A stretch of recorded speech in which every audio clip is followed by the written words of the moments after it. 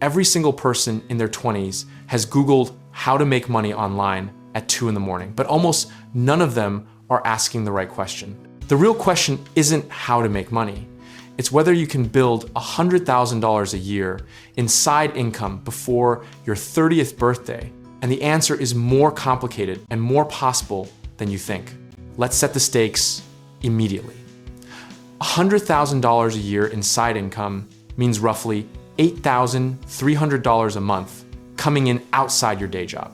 That number sounds insane until you realize thousands of people your age are already doing it, and most of them didn't start with anything special except a plan and an embarrassing amount of consistency. Here's the brutal truth about why most 20-somethings fail at this.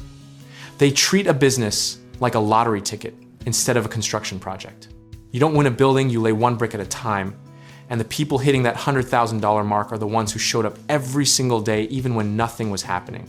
The catalyst for this whole conversation is a shift happening right now in the economy.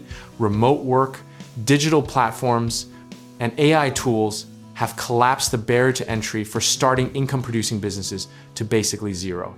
A 22-year-old with a laptop and a skill set that the market values can now compete directly with agencies and consultants who used to charge 10 times more just because they had a nicer office. But here's where the optimism needs a reality check. Because 2 years ago, everybody and their golden retriever was starting a dropshipping store or a faceless YouTube channel, and a lot of those people quietly disappeared.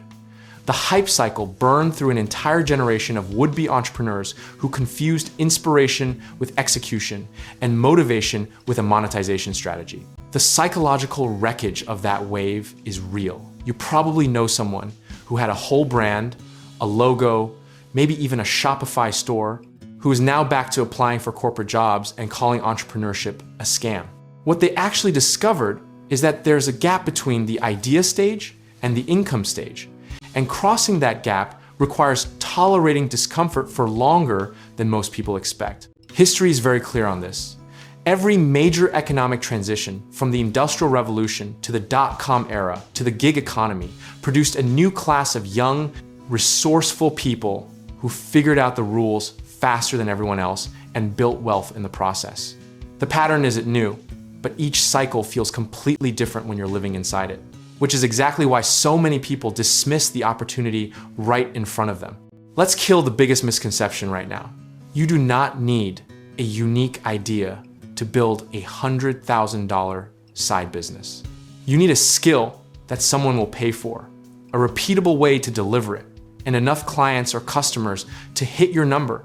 That's freelance writing, video editing, bookkeeping, social media management, web design, real estate wholesaling, or a dozen other things that are completely unsexy and completely viable.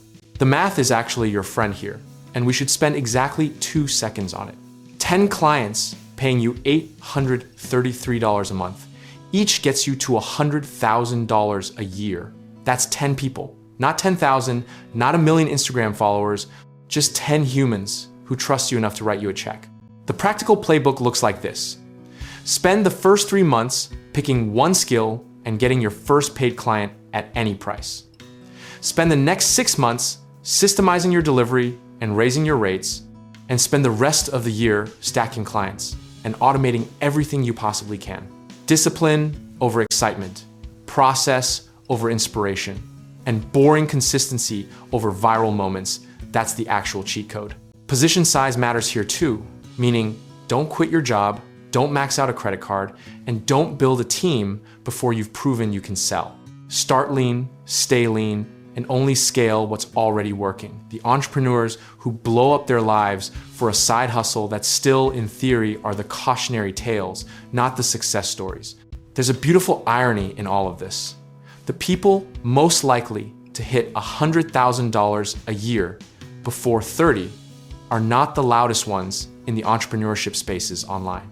They're the quiet, slightly boring people who picked a lane, ignored the noise, and treated their side business like a second job with a business plan attached. Philosophically, what this whole journey is really about is building proof to yourself that you can create income outside of a system that was designed for someone else to benefit from your labor. Whether you hit the $100,000 mark at 28 or 32, the discipline and systems you build in the attempt are worth more than the number itself.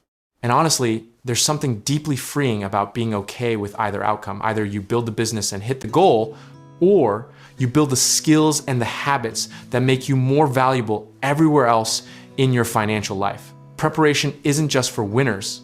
It's the thing that makes winning possible in the first place. Whatever path you take, real estate investing, starting a contracting business, or just needing the right lender to make your first move, check out our links in the description below, because we can help you get started.